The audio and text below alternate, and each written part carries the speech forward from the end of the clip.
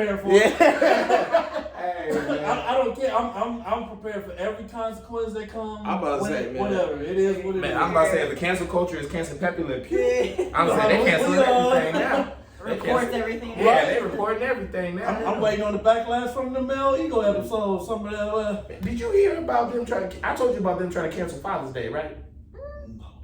We'll get into that too. All right, here. Oh, here we go.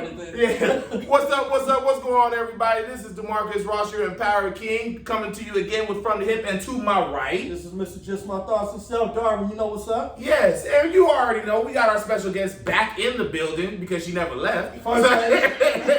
First lady, the one who does it all, the one screaming in your ear to get better, that one that's gonna make you get better, that won't take your bribe to make sure you get what you want. Go ahead and introduce yourself, girl. It's me, Buff Jess. Yeah. So like,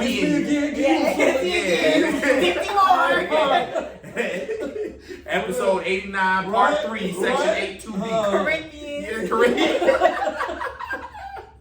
For real though. Hey y'all, man, we are back again. If you guys did not see the last episode, please go ahead and check the last episode so you guys can get caught up on everything about Jay, so that way you guys know exactly what we about to get into now. They seen it, I believe. I mean, you know, they watching. I like how you trust some people. I have a hard time trusting. I ain't gonna lie. Y'all watching? Yeah. We know. Hey, the thing is though, but we international though, so if y'all ain't caught it now, we just looked up on the website. Don't tell them. Don't tell them. They gonna say I'm feeling myself. I'm just saying. I'm real. Okay, go ahead. I tell them. Hey, we got 2% people listening in Germany, bro. Like y'all don't know. We international now. Mama, I made it. Look, I made it. They don't know. No. Y'all ain't ready. We tried to tell y'all. We tried. Y'all gonna miss the whole thing. So y'all better get on that. Hey, I'm saying. Yeah, that's about to be a soundbite. I'm about to edit it. Yeah. They're like, where's this episode? Like, all we know, like, they in Germany? Like, where's going on? We in Germany now, yo. So y'all better recognize. But anyways, y'all, so the episode today that we really wanted to get into is mental health and mental health awareness. And I mean, to be honest with you, I mean, just hearing from the last episode on what Jay has to offer, man, I'm actually really excited to get into these like bottom dollar, real gritty type questions. So not only you, the audience, can be able to find some change or find some help in your life, but ultimately everyone even here, we can gain a little bit of light from each other and be able to find a better understanding to help, you know, just overall community and the world for that matter, since we are global. Mm-hmm. Shout out to Germany. You know, shout out to Germany. Yeah. All 2% of y'all that was watching. Right, we appreciate it. Yeah, appreciate y'all. But the question that I left off on for you, Jay, was that how do you feel like the traumas in your life have shaped you to who you are today? I think it's changed me in different categories, honestly, as a person. Emotionally, mentally, physically, and sexually. Right. You know, when you go through a traumatic experience like that as a kid, I don't think that people really let themselves heal completely. Although you may see a shrink and things like that, and try and have people tell you like, oh, it's okay. Or the worst part is that when you have a traditional family and they don't take into consideration of how traumatic it can be. Right? They just try and brush it under the rug. What's very common that happens in a lot of families, especially for males, is when they are, you know, sexually harassed or molested like that. Obviously, the dad is not going to want to admit that happened to their son, right? And I feel for women, yes, it does hurt us a lot emotionally, but I feel like because we're so resilient, we go through so much, there's different ways of trying to figure out how to heal yourself. But for men going through that, it's almost difficult. There's almost no help for men to be able to try and heal at all. For example, have you guys seen American Me? You see when he comes back home how he is with his wife. He can no longer perform the same way. Exactly. Right, because that's all he knows. And it started when he was in juvenile hall. Exactly. And then it sticks with him. So for him, he can't stand to be a normal person because, you know, he doesn't know. If he were to have taken control of that and understood, like, this is what happened to me, I have to be able to shape it for me, not allow it to shape me. And a lot of people can't do that. For myself, when I realized that I was getting to the age where you're gonna, you know, start having a boyfriend, be more sexually active, I didn't understand any of that until it started happening, and then I realized like, whoa, I don't feel comfortable. Right. And I couldn't figure out why I didn't feel comfortable. It wasn't the fact that someone was making me feel uncomfortable, it was just the whole situation, because I was so used to something else before, so I didn't know anything different. And then I started to think, is there something wrong with me? Because I don't like things a certain way that other people do. Right. I don't view things the same way as other people do in that aspect, in a romantic relationship. Yeah. You know? And I think that takes a toll, because in the relationships that I was in, I couldn't put myself in that be a regular type of housewife person. And it made me see relationships as a male and a female. Okay. And I think that's why now I'm very, I'm more of a tomboy, is because I don't view myself as either or. Okay. Because I need to be able to understand from a different perspective. Because I wanted to know, why did something like that happen to me? Exactly. Why did he choose to do that? And I had to really look into that person's past, look into mine, to be able to understand, because people don't just choose to do something just because they want to. Majority of the time, it's something that's conditioned in their brain. And because the same thing that happened to him, same age, same way, and then he just happened to perform it. Predators become predators. Yeah. Bullies become bullies. Unless you understand, because the more you think about it, yes, it'll make you feel dirty and make you feel uncomfortable, but you have to understand that it's something that happened to you, but it doesn't change who you are as a person. You have to be able to harness that energy and turn it into positivity, turn it into a drive to be better. Because if you want to show the world that something this terrible that could happen to you, you are still capable of moving on and doing better and helping other people feel better. So for me, I think it just created this hardened mentality that if I was able to pull myself out of that, of feeling like a dirty type of person, and still be positive and go about my life and be happy in relationships, then anything is possible. Right. You know, I didn't let that affect me just because I didn't see the point in sitting there and being victimized in my brain. Like it just didn't make sense to sit there and be. It was more. I think people, when they try to be nice, they feel being nice and going the extra mile is more exhausting. I think being the victim is so much more exhausting, because you just break yourself down over and over and over, sitting there thinking I will never be good enough. I'll never amount to this because this happened to me.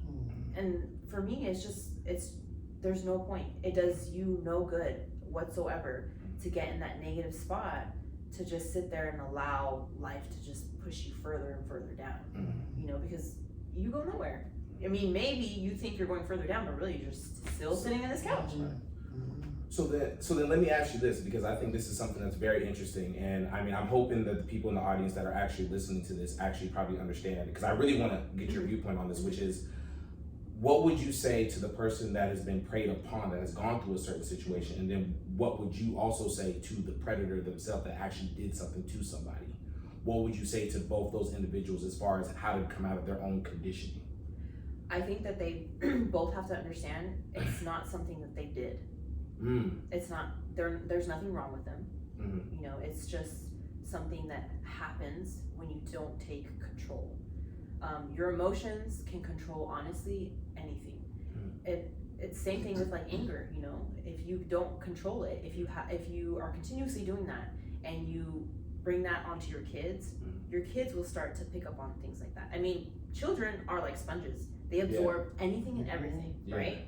You know, and honestly, predators, it can stem from being verbally abused, physically abused, and now they want to do it because they want to feel in control. Right. That's the majority of the time why they do it, is because they feel out of control in their life and they need to somehow control it. They usually prey on specific women that they know don't show that they have full consciousness of themselves. They don't have that full self-identity. And you can usually spot people like that very, very easy. Right. And they prey on people like that because they know they're not going to say no, they're not going to push me away, they're not going to make a scene about it.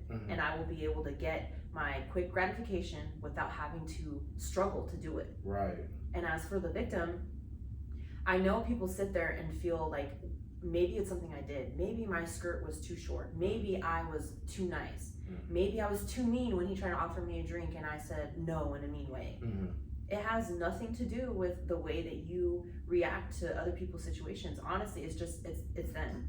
And for them to be able to heal a lot of times women and men that are victimized like that, they can't heal because they continuously are looking at different, I mean, just for instance, the woman that came out saying for that congressman or, running for Senate, right? Everybody bashed her. Everyone bashed her, because they all look at it like 10 years later you're doing this, Well, look at me, at between the ages of 8 to 12, I didn't start to heal from that until I was 24. Right. Because then that's at the point where I was starting to think like, okay, now I'm an adult. Now I'm starting my life. Now I should be having kids and stuff like that.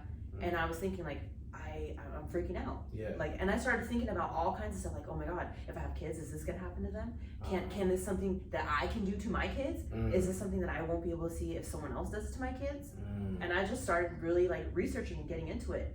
And it's really all about understanding that it has nothing to do with you.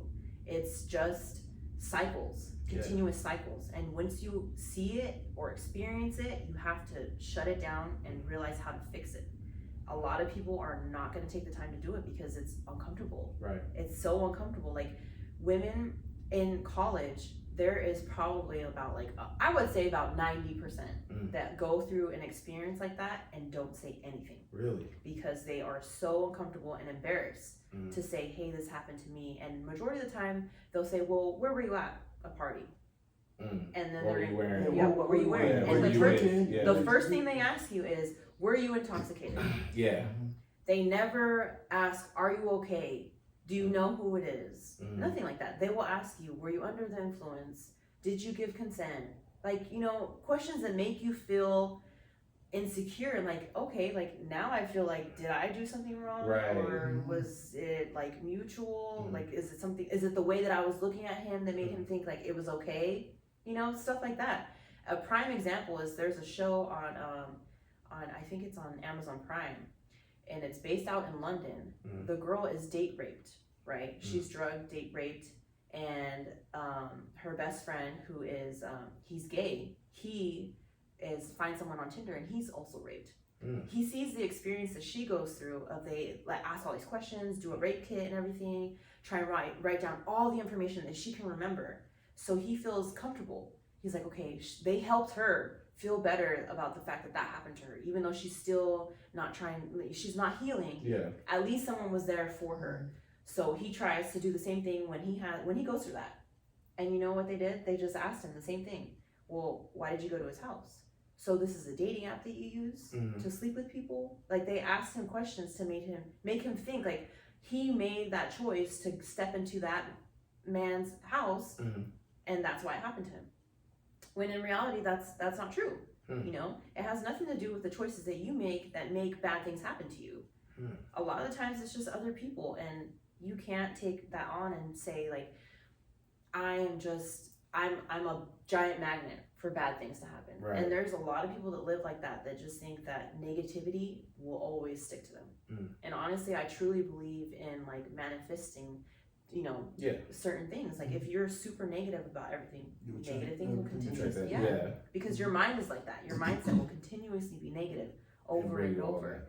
And the worst part is that, and I feel in the Black community, the Asian community, and the Hispanic community, we're naturally raised to think that if you don't do this, or if you try and do this, you have to be careful because this might happen. Right. It's a very negative connotation that we're given. Passes on traumas. Exactly. Yeah. And it's something that we have to learn to understand. Like, not everything is negative. We have to understand that there's both a positive and negative side, a pro and a con to everything, and then teach it to your children at the same time. Because we have so many adults that are having kids that don't even know where their own like emotional state is at, and they don't realize it. Like, their mental health, they think like, as long as I'm not crazy and taking Zoloft, then I'm okay. Yeah. It's not a big deal. Yeah, that should be cool. Yeah. Yeah, and I feel like for people that have any type of melanin in their skin, we are not allowed to have anything wrong with us. Wow. We cannot take the time to heal for anything because it's like, why? What is going on? You think that's culturally passed down? Yeah, it for sure is. I know, because I know uncomfortable as it seemed, but like when I lost my brother, didn't really know how to process it. And the thing that I just got every time was like, I just pray about it, you get over it. He's like, man, over spiritualizing. And it's kind of like, you know, as time goes on, I was like, nah, 8 years later, and it's still coming. So it shows that's not the process, but it's never like, yo, you good? Like, I know that's traumatic, and that's something that this, and that was all. Oh, you be all right. Yeah. Oh, you be all right. Yeah. You know what I'm saying? Yeah. And so it's like, that culturally.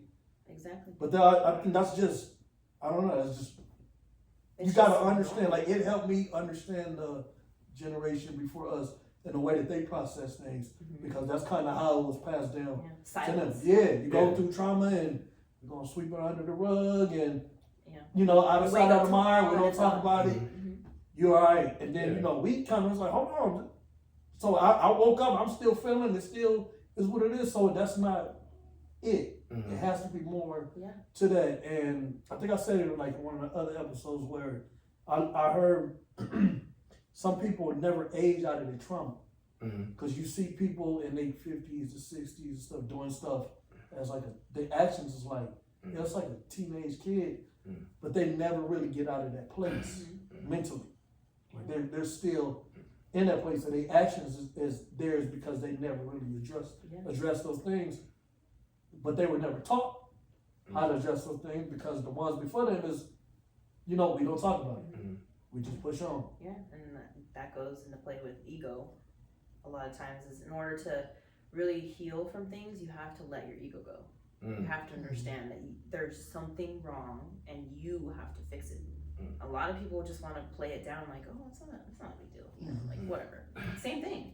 Like whether it has to do with losing someone or having something happen to you, you have to, in your mind, understand that it's so normal to go through every single emotion. It's so normal because society makes you feel like you can't randomly cry at a bus stop. You can't be crying on the subway. You can't be crying at work, at your desk, you know, midday, right before lunch. Like it's not a timed event. It happens at any moment, at any hour, whenever, and it could just be at random. You know, you never know. But I think having an understanding that it's normal to feel any emotion after something really, really breaks you, it's okay, because you know society makes you feel like you can't do any of that, or like when they look at you like you're crazy. Yeah, no, I remember I was telling him, like when I guess got the idea. I just remember a long time ago, like I put stuff online and everybody, oh, you're so positive. And one day I like posted something, I don't remember what it is, but it was like something I disagree with. And everybody's like, yo, are you okay? You always so positive. And I'm like, I can't have a bad day. Like I can't express my dislike for something without, you know, I always say positive does not mean perfect. Yeah. Exactly. It doesn't mean perfect, and a lot of times they do that. And it's like, damn, I'm not allowed to, you know, it gotta just be hey, all the time. It's like, nah, that's not. And subconsciously it made me kind of draw back of expressing myself. Like, cause you know, people's expectations, and I don't wanna, then at some point you gotta be like, F it. Yeah. Like this is just this is my platform to do this. Yeah. And this is just what it is. And that's the worst part. That's why so many people, they don't have anywhere to turn to. And same thing with social media, movies, you know, radio talk shows and things like that. They all talk about, you know, happy-go-lucky things, but then in reality, it's like, bruh, I'm having a terrible day. I don't give a shit about you being hella happy. It's a beautiful day. Shut up. Don't wear flowers. I'm here in traffic. I'm hella late to work. I don't even like my job. You over here. I remember when I was in college, and I wake up, I'm cool, so I'm all like, hey man, good morning. Good morning. Everybody looking at me, what the hell wrong with you? But I'm looking at you like, what the hell is wrong with you? Like, happy. You got some nice sleep. I'm here all positive. Shut up, you ain't got bills and taxes. We got problems over here. Listen to your happy ass over there. Hey man. I'm like, what the hell? But no, so like I'm gonna go into my shadow self a little bit, and basically what I mean by my shadow self is I'm kind of playing devil's advocate, right? Which is like, so I the saying, like hearing you guys speak, there's this saying that kind of goes into my mind, and maybe you guys have heard it, which is like, strong men make good times make weak men make bad times make strong men. So kind of going into the cycle period that you're talking about. All right, so strong men make good times. Good times make weak men. weak men make bad times make strong men. That's See how, deep. right? So see how the cycle goes. And so what I think about in my mind, right, is that when we think about like our parents, for instance, right, and we think about all the culture that we're in, right, which is like, yo, sweep it under the rug. You're not allowed to feel weak. You're not allowed to feel sad. You're not allowed to feel this way. And I think about for like a lot of parents, like if we look at our parents, right, they went through similar things, but they had to sweep it under the rug because they're like, yo, I still had to take care of you. So like, despite how I feel about how my mama treated me or how my daddy treated me, I still have you to take care of. So I'm gonna push all that stuff to the side just so I can make sure that you are right. And I just pulled it all up on YouTube just in case if y'all haven't seen it. But have y'all seen Fences? The movie. Yeah. The movie that's with one of my Denzel favorites. Washington, right? One of my When favorites. Denzel was like, yo, what do you mean? I ain't got to Yeah, I like don't you. have to When like Denzel was like, I ain't got to like you. That struck a chord with me because I was just like, a lot of us, and this just maybe this is just me, but I would love to hear my dad say that he at least liked me, that he loved me, like, you know, like for him to actually say it. Back then, the way they said it was like, yo, there's food on the table, there's a roof over your head, you know what I'm saying, there's clothes on your back. That's how I say I love you. Now, the question I want to ask y'all is that, do you feel that generation, do you feel like they should have gone through the mental awareness and the mental help to try to help us to get to that point?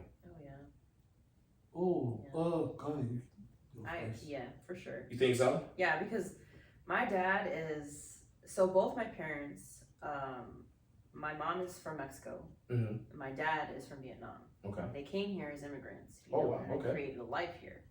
But although they did all this great stuff, we're together for 30 years, now that they've like separated and like are finding themselves, it's crazy because my dad didn't always say like, oh, I love you, have a great day, you know, stuff like that. It would just be like, make sure you do your homework. When you come home, make sure you take care of your sister. You know, do this, do that. You know, that type of stuff. Because my parents were like, well, we buy you this stuff. Yeah. We provide food for you. Right. Like, you have a roof. And, you know, we take you to school. Be happy. Yeah, exactly. Is that not enough for you? Yeah, I'm like, well, I'm just trying to like make sure you guys say you love me. I just wanted a hug. I just want to like, feel will somebody pet me? Yeah, like somebody do something. I agree. Yeah. Because, you know, when I look at my grandparents and how they were, it's the exact same thing. Like identical, like mirror images. Exactly. And it's sad to think of because when I look at my parents, like I love my parents so much, and to think that could be me at like 55 or 60, like not knowing who I am. Like, and I went through that at 21. Like, oh my God, like I don't know who I am or what I want. Yeah. Like imagine being 60 and like work this, you know, life and had a job this entire time, and then at the end you're like, I'm not happy. Like I was just legit a robot the entire time. Yeah, just there. Yeah, and that's the saddest thing is that there's thousands, billions of them out in the world feeling like that. And raising their kids like that. And it's sad because nobody knows that there's a lot of people like us out there in the world with identical, you know, emotional traumas. And I say traumas because it is traumatic to have a parent like not verbally tell you. And you will have older people that will say, oh, you're just being soft. Yeah, exactly. It's not that big deal. And then, of course, you're not going to say, okay, boomer. Like, I'm not being soft. I just need I got feelings. Yeah, like, and then they'd be like, what are feelings? That makes you weak. No, I think it would have helped, but I can understand why it wasn't like what it is, because and it's just like me finding myself to help me understand. Like my parents and trying to understand like why are they the way that they are, and a lot of times you gotta like in our generation we got more resources. Right. I think our generation broke the mold of you know I understood back then it was a child stay in a child's place. You do what the adults out of sight, out of mind. We kind of came like, I hear you, but I'm asking why just so I can understand. This doesn't make sense. It don't, right, and to them like, oh, that's disrespect. But that generation, that's how they were. And everything wasn't addressed. It was easier for them to brush, in which it made them the adults they became and dealt with. So me becoming a parent helped me dissect that, because being a kid and knowing how that felt to be in that position, I would never want that for my children. Mm-hmm. And so it took me to understand them, Yeah. to help me kind of dissect myself so I wouldn't pass that down Right. to them. But I had to understand, instead of a lot of times, you know, we victimize in a way, but we stay in that resentful place to where we just look at it as, damn, I went through this, and why is, instead of like, yo, why is this person like that? Or my favorite thing is they say, oh, my parents did this, so I'm gonna not do that with my kids. It's like, okay, well. Well, see, I'm like, because I know my yeah. parents always say, oh, when you become a parent, you're gonna do the same thing. I'll be like, no, I'm not. Right. But and I wasn't like I did it, but because whatever the situation was at that time, but like, because I mean, and that's just our culture as men, women. Like I learned that as men and women, our way of, you know, I say I love you is I provided for you.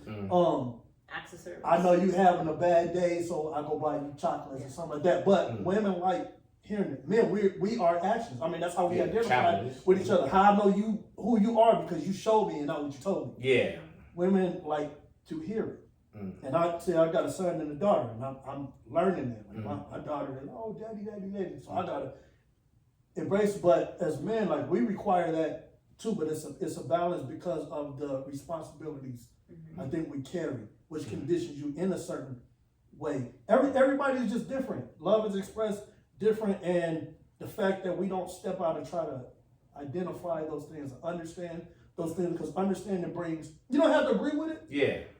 But you can form your way of doing it, but you can understand why this person is the way. Yeah. Oh, my dad never told me he loved me. But anytime I ever needed this, he was here. Anytime I needed. So now that I'm realizing that, it's like, and I'm talking about just in general, my parents told me. But My parents. I know you love your daddy. But not really. Like I don't really come from a place of words of expression. Like my parents started telling me, when they tell me now, I'm kind of like, because I'm not used to that. But it helped me. Their way of love is like provide. You know what I'm saying? It is their little random moment of embrace. It's action. Action. Because I mean, with actions, people out there work. That's the creed I live by. So, but people need the validation of expression. But I can understand love. They didn't have time for that. They were in survival back then. Like I said, now we got more resources. Gotcha. So it would have helped them back then, but I can kind of understand why it really wasn't. But they didn't know they would scar them later and the scar the generation after them. So it's a lot of life lessons in there. And this I don't know if I answered your question. Oh no, y'all spot on with it. I was about to say, I love the detail. You know what I'm saying? But what that was leading me into next was like, so being that you said before, like kind of having like the idea, like the tomboy identity, right? Do you feel, and this might get a little deep, y'all get ready. Do you feel, or what would you say is the definition of a weak man? Let me hold you to that time. All right, y'all. Hey, look, we're going to turn into another episode. Y'all already know the deal, man. Y'all already know the deal. Y'all tune in to the next episode. That man good. Right? It's so glorious. That man good. Hey, man, that is another episode of From the Hip. Thank y'all so much for watching. Y'all got to tune in to next week for the next episode. Y'all already know the deal. But anyways, I am DeMarcus, your Empowered King. You can find me on IG at IAM_the_empowered_king. And to my right, you know what's up.